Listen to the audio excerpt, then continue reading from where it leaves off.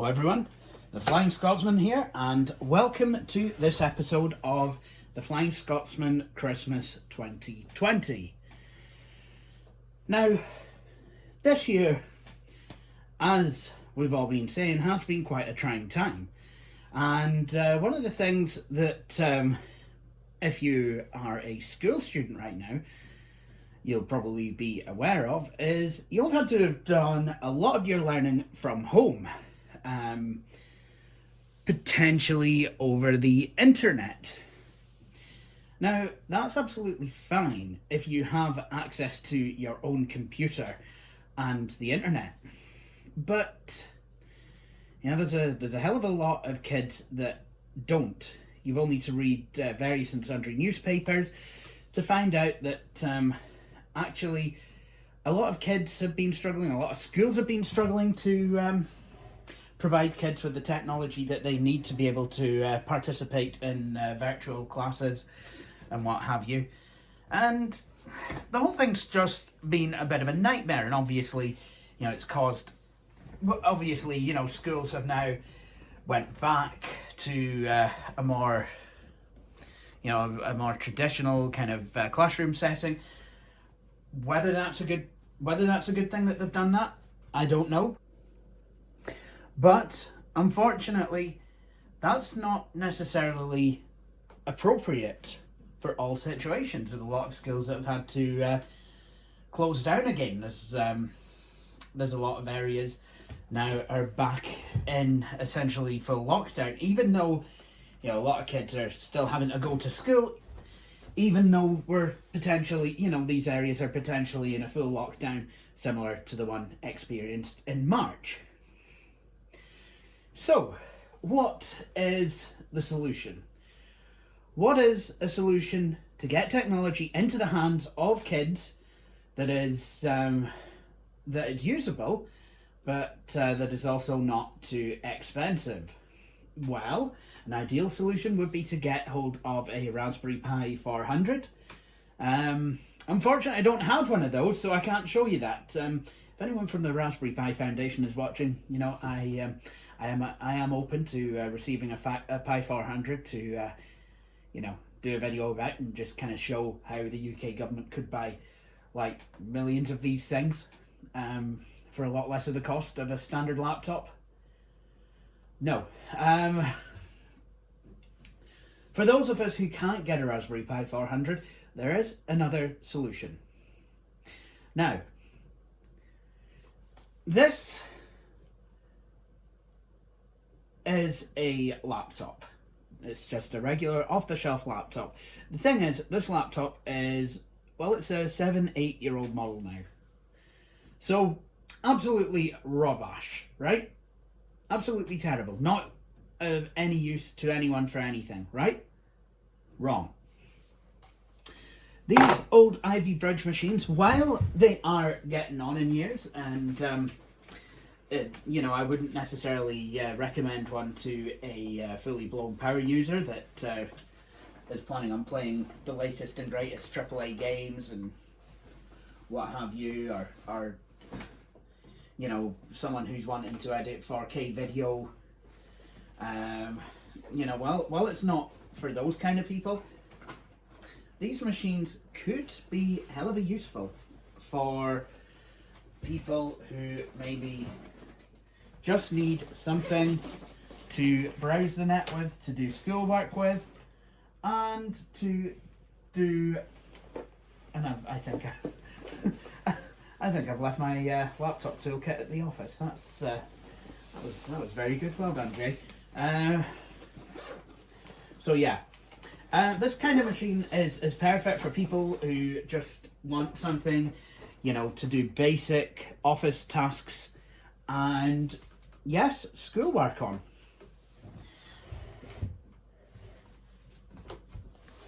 You see, in the last 10 years or so, CPU innovation has just not been that forthcoming.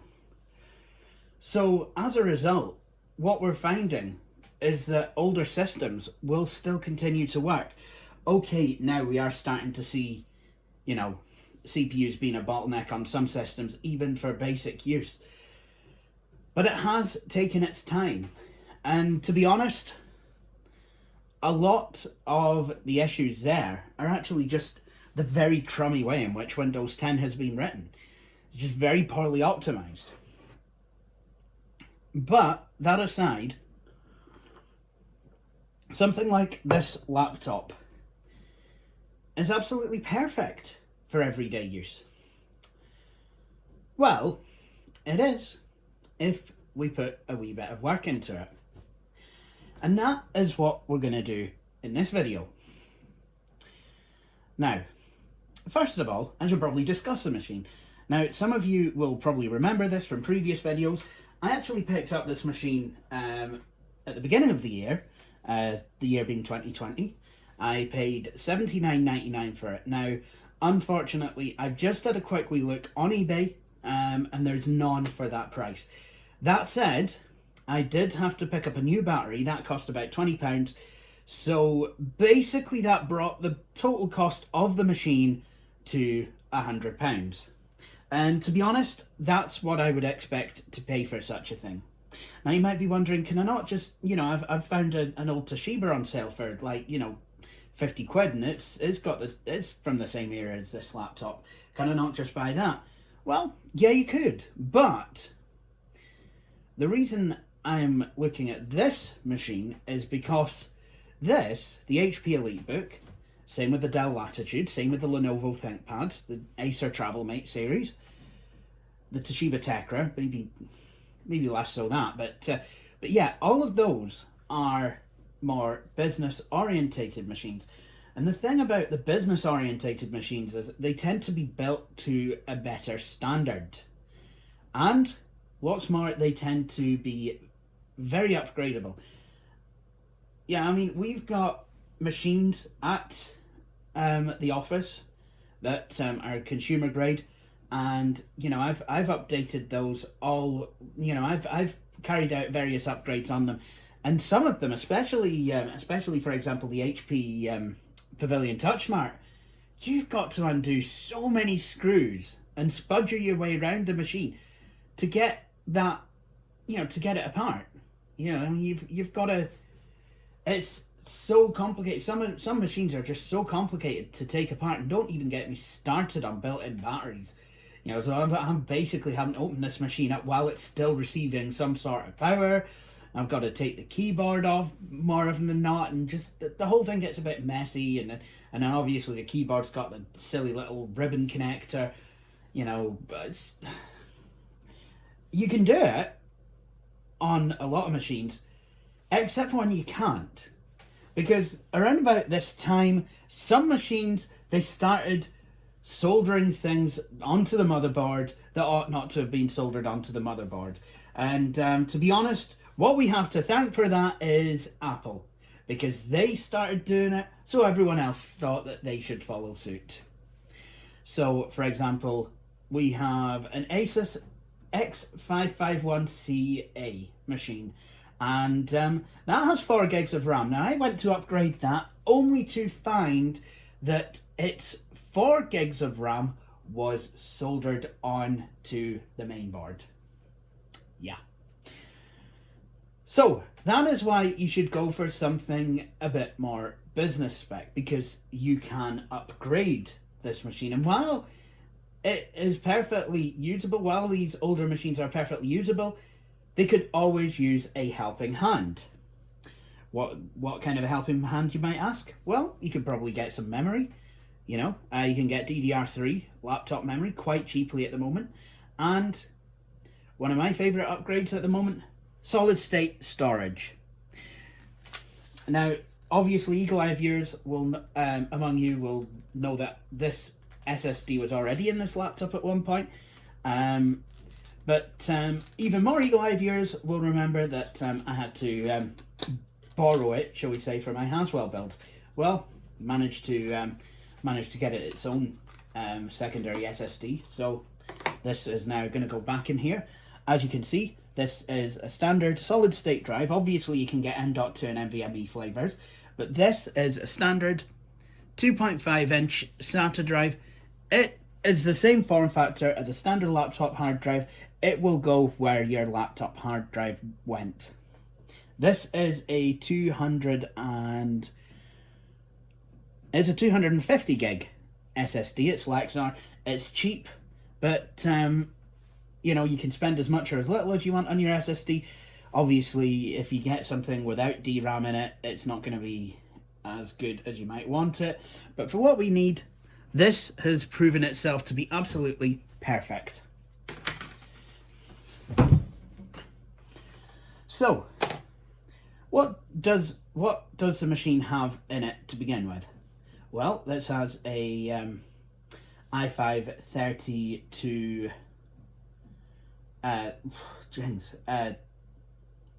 something. This has a Core i5 clocked at 2.6, I believe, gigahertz. Ivy Bridge. It has, I believe, 4 gigs of RAM. And at the moment, I threw a hard disk in there. It's a 1 terabyte spinning drive because I just wanted to put a drive in there. Not powered it on since, but there you have it. Anyway, it's also got a 14-inch screen, quite nice. If we open it up, and yes, it has a latch to open up, which a lot of consumer-grade machines don't, you have a track point and a trackpad. You have a fingerprint scanner, should you want it. On these HP ones, I would recommend you don't use these.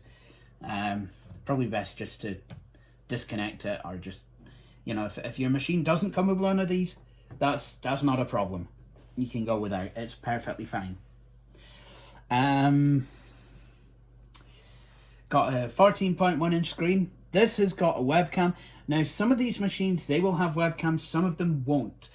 Whereas consumer-grade laptops have started to come with webcams, you could expect it to have a webcam as far back as 2007, 2008. Wasn't always the case with business class machines. The webcam was still a thing that could be deleted, and obviously a lot of companies did delete the webcam because they didn't need it back when they bought these machines.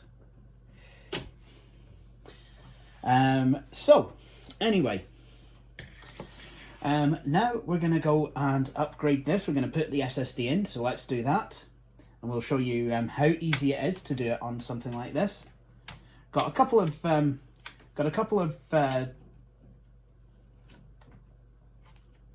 latches. One of them is for the battery, and yes, we want to unplug that. The other one is for the bottom of the machine. So far I've not even needed a screwdriver. I've just not. But now I will be needing a screwdriver just now. What I am going to do is I'm just going to pull the smart card reader out the road, and I have to go back to my older toolkit because, as I said, I left my good one at the office because I'm a professional.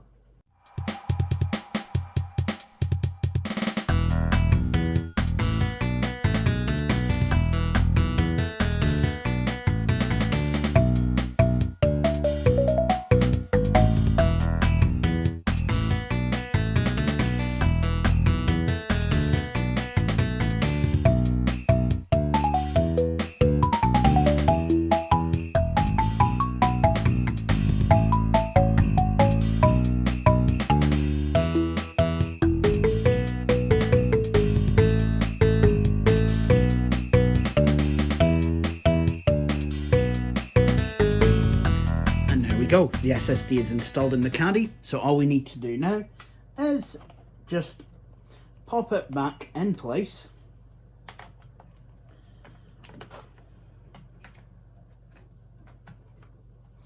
And with these business machines, again, there are manuals for how to actually do this kind of stuff if you're a wee bit stuck. I mean, I know I've used them in the past. And you know what? There's no shame in that. All laptops are built differently.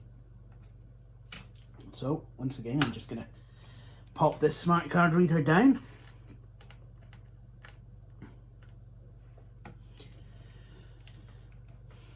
Sometimes if you buy the right machine, you'll get cool wee features like smart card readers. Not that most civilians will use that. Might also even get a 3G or 4G modem. Hopefully it'd be a 4G one. 3G, I'd say, is pretty useless now. But back in 2014, I did have a 3G modem on my Dell Latitude E6500, and I did make use of it. So now the SSD is installed, and actually I think I upgraded the RAM at some point. So that's 8 gigs in there. Now, memory, I'm not sure of the prices, but you can sometimes get, you know, a stick of 4 gig DDR3 for between 8 and 12, 13, 14 pounds. SSDs, 240 gig. You can get Western Digital Green 240 gig SSD for around about £30 on Amazon. So, I mean, obviously, this is all going to add to the budget and add to the overall cost of the machine. But an SSD, I think, is totally worth it if you absolutely have to go for Microsoft Windows. But like I said, I don't recommend that you need to do that. Because all these business machines are basically much of a muchness, you'll find that they are compatible with other operating systems. So let's power the machine on and let's check our work, and then we can actually talk about an operating system, what we're going to install.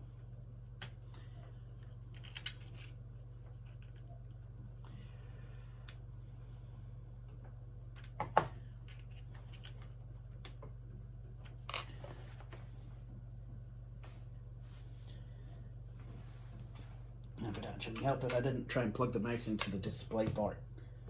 It's, actually, before we do that, I'd like to discuss what kind of ports this machine has, because it does have quite a nice wee selection. And some ports you just don't see anymore. USB 3, well, maybe, but they don't seem to be coloured as such. Some of these machines you'll get USB 3, some of them you won't. But on this machine we have the DC-N jack, which is HP standard barrel connector, at least for the time period. You know, the business HP machines will use the same connector as the consumer machines, so finding an adapter wouldn't be too difficult if yours didn't come with one. Mine did. I was quite lucky. We have a mini FireWire port, so if you have an old DV camcorder or something, you could get a mini FireWire to regular FireWire connector and then plug that in. A couple of USB ports, can't mind if they're USB 2 or 3. SD MMC card slots down here. We have a DVD drive, kind of nice. An express card slot, again, that's kind of a bit obsolete now, but still kind of nice to have. You can, there's various and sundry devices one can install, including USB 3 ports if you need that. On the other side, we have separate headphone and microphone connections. We have eSATA port, another USB port, and a display port, as well as a Kensington lock. And then on the rear we have a dial-up modem if you need one. Never know when it might come in handy.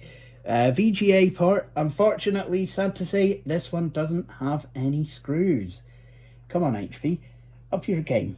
And you have an Ethernet port, which is quite handy to have. A lot of machines tend not to have them, although some do have the lower form factor collapsible ones, as I like to call them. So I think what I need to do now is I need to plug in this beast, and we'll check our work.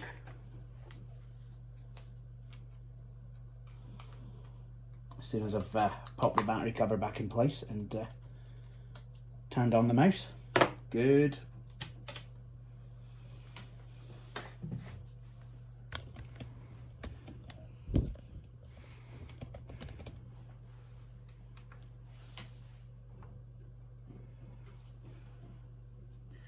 Whoops. Yep, there was obviously the bootloader to my old hard disk. Now to get into the BIOS on this thing, you press F10 to go into setup, and then from there we can have a look at the system information. This trackpad is silky smooth. It is actually quite a pleasure to use, I must say. I think HP at the time, they were trying to make their machines basically the doppelgangers of MacBooks. So, yep, Hewlett Packard, HP Elitebook, 8470p, bunch of serial numbers. Warranty start date, 11th of the 7th, 2012. So this machine is 8, nearly 9 years old. But it is still good. It has a Core i5-3320M CPU, clocked at 2.6 gigahertz. It has 8 gigs of RAM, and yep, there you go. Apparently, yep, the primary battery is in there, but there is no secondary battery. Instead, I have an optical drive. So, operating systems. So let's talk about operating systems then.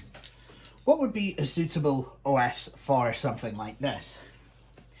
Well, there's lots of ways we could go. Now, given this machine has an SSD and 8 gigs of RAM, probably could run Windows quite comfortably. But if you wanted to be legal about it, apparently you're not supposed to be using your Windows 7 Professional or Home Key as an upgrade container for Windows 10 anymore. You're apparently not supposed to do that. Unless apparently you use assistive technology, which I do, so I could. That's fine. You know, you wanna go, if you wanna run Windows, that's perfectly fine. However, I would reckon on being able to eke more life out of a machine of this age if we went away from the big, slobbering, great lumbering brute of a behemoth that is Microsoft, and more towards the open source persuasion of operating systems. Even there's a few choices. You could have BSD if you are really good with what you did. Don't use BSD, I guess, you know, if you want to do that. You could turn this into a fancy Chromebook with Chromium OS. That you can get that, and you can install that quite easily, and basically have a ready-to-use Chromebook. Or you could go for one of many, many distros of Linux. Again, way too much choice. What do? Well, we all have our favourite distros. If you speak to some of my friends, they will tell you that what you ought to be using is something like Fedora. If you talk to other people, they will tell you that OpenSUSE is a good distro. Some people like the version of Ubuntu offered by System76 called Pop! OS. In fact, quite a lot of people seem to be kneeling at the altar, which is Pop! OS at the moment. Me, though, comes down to one of two choices. I would say you either want something Ubuntu or something Manjaro. Now, I quite like Manjaro, and I use it on my main Linux machines, and I think it's fantastic. However, it is quite difficult to use if you are a newbie to Linux, because it's based on Arch, and it can have some quirks that they wouldn't phase me or a lot of people who are in the know, but could phase someone who is absolutely brand new to Linux. So because of that, Sorry, Manjaro, you're out. So that basically leaves us with Ubuntu. But what flavour of Ubuntu? There's millions of them. Well, regular Ubuntu and Pop! OS, in my eyes, are out because I just can't get on with GNOME. Some people might like the full screen applications menu if they want their laptop or desktop to be a tablet or a mobile phone. Some people might like the fact that all the choices have been taken away from them. But hey, look, it's enough that we've all been physically in lockdown without having to be locked down by our computers. So Ubuntu itself is out. Xubuntu, that could be useful if you are using a lower powered machine or have limited amounts of memory.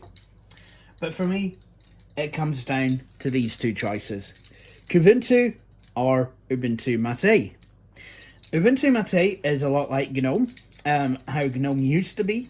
But if you've ever used Ubuntu, if you ever used Ubuntu in the 2000s, from version 4.10 up through version, I think, when was it, 10.10, before they started using Unity, then Ubuntu Mate will be quite familiar to you, and in effect it could be a wee bit like coming home. It's highly customizable, and it doesn't require a lot to run. But if you're wanting something really easy to use, for me, I would pick Kubuntu, though I very much like the Mate desktop environment. But for the purposes of this video, we're going to install Kubuntu on here. Now, in order to make a Linux boot drive, you can either use Rufus or something like Balena Etcher, and that will basically take a disk image of your chosen Linux distro that you can download, and it will write it to a blank USB stick. Make sure to have something with about 8 gigs free if you can. This is a 16 gig because of course it is. That's basically the smallest size you can buy nowadays if you're buying brand new. And mine's is a USB 3 stick because in case I wanted to install it on a more modern machine, it can do so quite quickly. But, for older machines, probably want to be plugging this into an USB 2 port, and potentially on the other side of the machine to the one that your mouse is plugged into.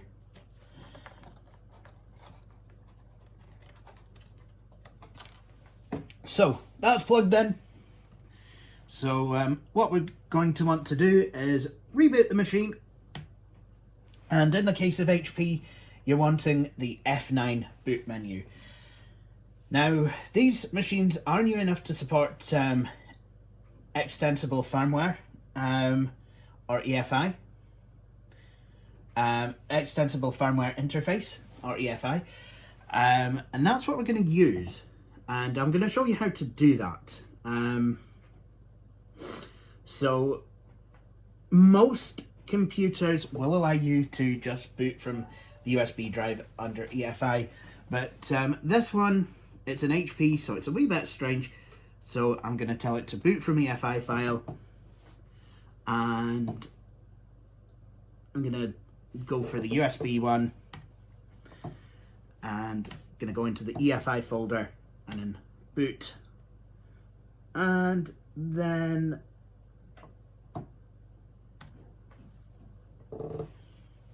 boot x64.efi. Excellent. We are in. So what we're gonna do is just we've got the grub boot screen, and for the most part you'll just want to start Kubuntu. Now, as you saw earlier, this hard drive has got stuff on it, well, SSD, so we are going to need to format it, and there we go. Now, I'm aware that Ubuntu 20.10 is out at the time of recording this video, but we're actually using 20.04. It's perfectly okay to do that, because it's a long-term service release and will therefore be a wee bit more stable. Sure, you might not get the latest bells and whistles, but if you really wanted to, you could actually upgrade from 20.04 to 2010. This, I find, is quite a nice, stable release, though. So, yeah, it's not a problem that we're using 20.04 at the end of November, which is when we're recording. I know it's December when you guys are watching this. So this likes to check the media before it goes ahead, which is not a bad thing. I remember Anaconda and actually the Debian installer and the old Ubuntu installer used to do that. In fact, a lot of Linux installation programs used to like you to check the media before install time.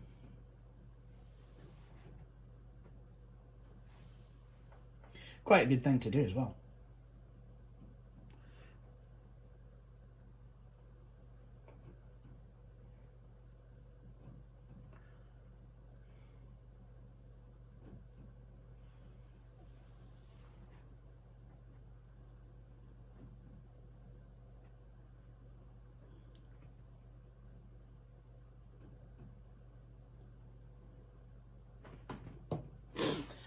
Okay, apparently I might encounter errors.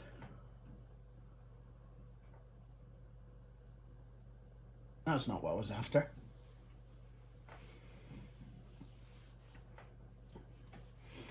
But this is now going to load up now that it's basically done a media check. Hopefully all will be okay.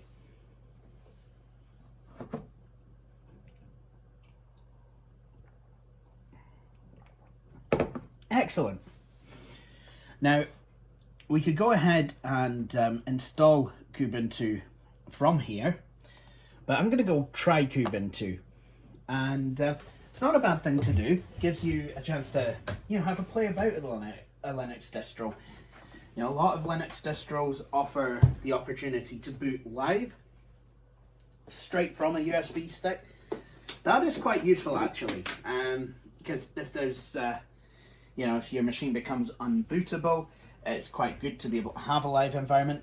I've used the Linux live environment a great many number of times to boot up and rescue people's files and what have you. It's just a fantastic wee tool. I am actually going to plug the Ethernet cable in, but the live environment is actually a great way of checking to see whether your machine is going to be compatible. So for example, I'm actually going to use a magnifier. We can see that the Bluetooth adapter in this machine is picked up, and we can also see that the wireless is picked up, and we could go and test the wireless if we needed to.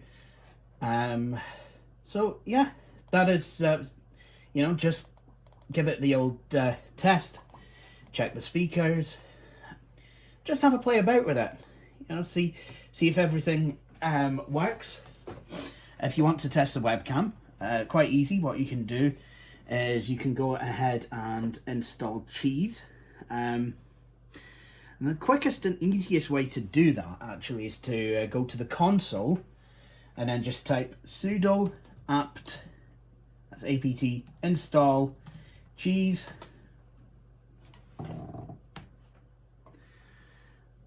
Now obviously, because this is a live distro, it will install it onto the RAM drive, the area that it's created. But you can install programs in this, but it obviously, once you restart it, they'll be away.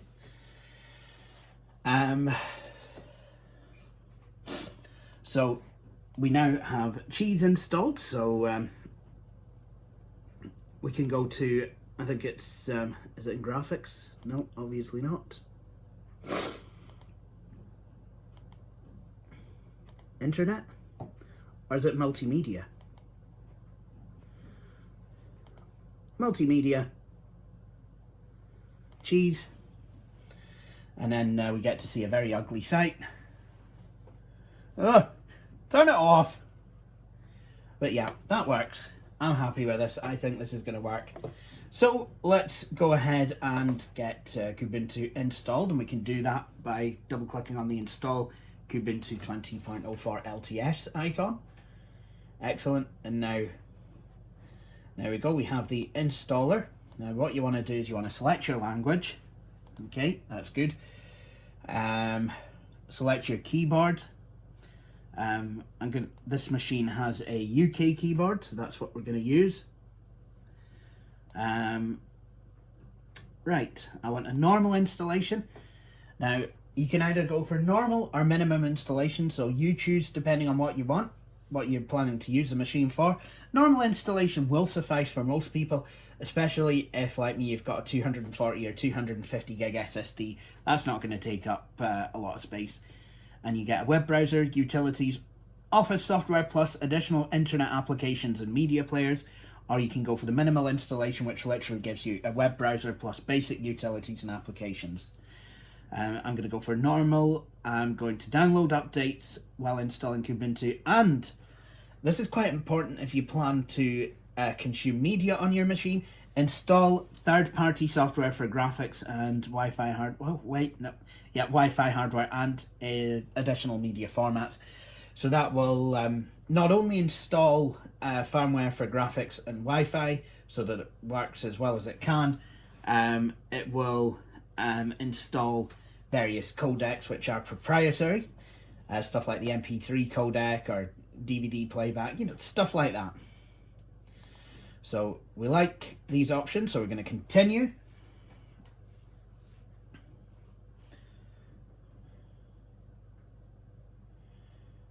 Excellent.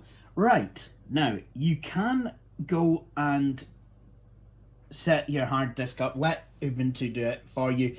There is absolutely no harm in that, but that's nowhere near as fun. So what we're going to do, we're going to actually do it manually. That way we have ultimate control over how things are sorted. So what I'm going to do is I'm going to create a new partition table, and that's just going to completely blank the disk and everything on it. And if it's a brand new SSD you're installing, you're probably going to want to do that anyway. Right, so what we need to do is select the drive, dev SDA, a new partition table. You've selected an entire device to partition. If you proceed with creating a new partition table on this device, then all current partitions will be removed. Note you will not be able to note that you will be able to undo this operation later if you wish. Okay. Oh yeah, you can. So, once you click continue, that's it. And install now, that's it. Everything's getting committed. So we now have 250 gigs of free space, or thereabouts. Device for the bootloader installation, want that to be on dev/SDA. Now, first thing we want to do, because we're using EFI, we want to make an EFI partition at the beginning of the drive. So I'm going to click in this free space, create a new partition. I'm going to make it 512 megs inside, and I'm going to put the I'm going to tell it to use it as an EFI system partition, use it at the beginning of the space. Good. That's where it'll store the EFI files. Next thing, at the end of the drive, so I'm going to tell it that's where I want this next partition to go. I am going to make a swap partition. I'd like to make it about 10 gigabytes. So in order to do that, in megabytes, that 10 gigabytes is 10,240. So there you go. That's 10 gigabytes, and we want to use that as the swap area. Excellent. Now we've got all this space in the middle. Now, if you have got a Dell Latitude or a ThinkPad with a MSATA SSD and you've put another drive in, you could set your /home partition to be on an external on that secondary drive. That's what I've done on my main machine and my main Linux machine. That works really quite nicely actually. On this, I'm just going to use all the space for a root partition. I'm going to make it, I'm going to use it as ext4 journaling file system, and the mount point is /. That's basically the root drive. And if you're a Windows user, that is literally the equivalent of this being the C drive. Although, trying to understand how Linux partitions, the way that they are mounted and mapped, you know, compared with Windows, it is different, but you get used to it. It's I prefer this way actually. Lettered drives are, you know, becoming more and more passe, I think, as time goes on. Anyway, device bootloader for installation, dev SDA, that's fine, and we're going to install now. If you continue, the changes listed below will be written to the disks, otherwise you'll be able to make further changes manually. Warning, this will destroy all data on any partitions you have removed, as well as the partitions that are going to be formatted. Partition tables of the following devices are changed. I know it says SCSI there, but that's just the way Linux tends to do things. So we're just going to go continue. And there you go. So while this is installing, there are still things that you can be doing, and I like how it does that. You can actually start setting up your new Linux installation. So first of all, we want to set up a time zone. That is United Kingdom time. Obviously, when Scotland becomes independent, that will be reflected in the then latest version of Ubuntu. So that's fine. And then we need to create a user account. So I'm going to do that here. I'm going to type my password in. And then the computer's name, J-HP Elitebook 8470p. It recognizes what it is. So I'm just going to click continue, and there we are. And because it's an SSD and we're installing from a USB drive, this really does not take any time at all.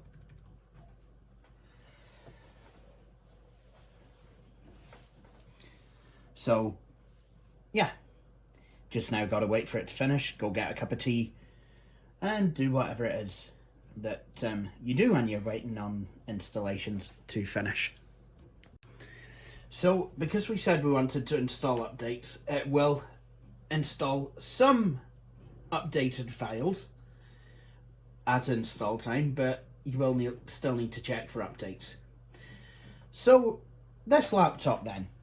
You're probably thinking, well, great, I've just bought a really old laptop and I've installed an operating system on it that I've never heard of. How on earth are we supposed to use this hunk of junk? Well, I am going to be honest and say that actually for a while in March, I decided to use this as my primary laptop for a wee bit. So that was me going into the office. That was me taking it to board meetings. That was me using it in the course of my general IT maintenance, network maintenance, which actually at the time we were going through quite a big network upgrade. So so this machine was there and was quite useful. And I've got to say, it actually worked pretty damn well. So yes, you can use something like this. Like I said, I mean, there's obviously going to be limitations. If you're wanting to gaming on Linux is becoming more and more of a thing. You can always watch the video on my Haswell build to see how that is coming along, although I did only test Crash Bandicoot. But I mean, Linux, it is, depending on what programs you use, it is entirely possible to get it is entirely possible to daily Linux. In fact, there's a heck of a lot of people do. You know, and if you decide it's something that you would like to explore, then have a look in your local area for Linux user groups. They do exist. I'm a member of the Aberdeen Linux users group called Aberlug, and you know, we meet online actually at the moment because it's just a way of things. We meet online, and you know, people can go and get questions answered and what have you, and you know, it's quite a helpful community. I've actually put a few people onto Linux, and they have found that that it works really rather well as well. You know, they've not had any problems. As there's one of my clients actually was, you know, I've managed to eke a wee bit more life out of an aging Samsung R520 laptop, which is, I think, a 2010-2011 machine. So, you know, that is running the latest version of Manjaro, and this person has been able to join in with our group calls, with the social group calls that we run on a Friday afternoon through Skype. So Linux is becoming more and more usable to more and more people as time goes by. It's a platform that has matured very nicely, and there's all different kinds of distributions that can do all manner of things. Some highly specific, some very broad in what they can do, and obviously there are meme distros like Hannah Montana Linux, which now is very old, and you should never use anything like that as your main OS. I mean, the fact that it even exists, though, it kind of shows that someone somewhere has A, got too much time on their hands, and B, maybe got a better sense of humour.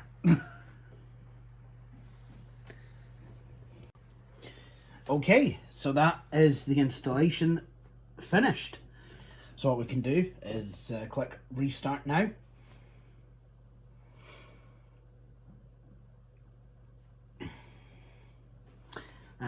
Please remove the installation medium, then press enter.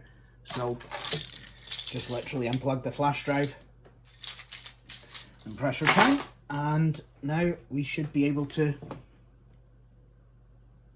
Oh.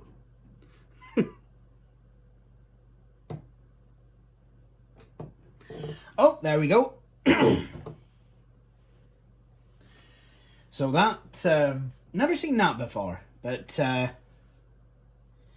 there we go. That's so I managed to sort the EFI problem. Right, okay.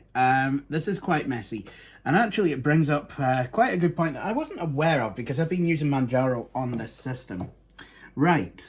First off, probably a good idea to update your BIOS, and to do that you might need to install Windows just temporarily to do so.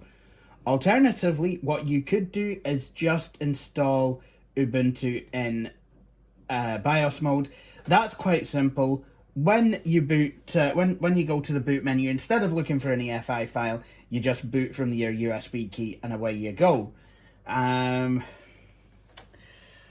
But if, like me, you're adamant that you want it in EFI mode, what you need to do once it's installed is you go to your boot options, and then you enable customize boot, and then what you do is define a customize boot option, and then you put, you know, you go to add, and then you know, you just type EFI /Ubuntu EFI /Ubuntu /shemx64.efi. Bearing in mind that this BIOS is set to use the American keyboard layout, so you have to use the, if you're on a UK keyboard like I am, you have to use the hash key, or as Americans would call it, the pound sign, to get the backslash. And then you press enter, and then you come out of the BIOS. You can choose to save the changes or not. And if you've done it correctly, then what you should end up with is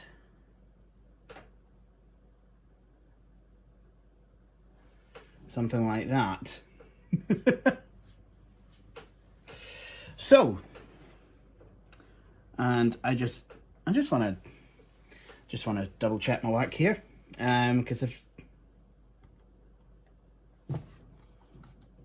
there we go. Yep.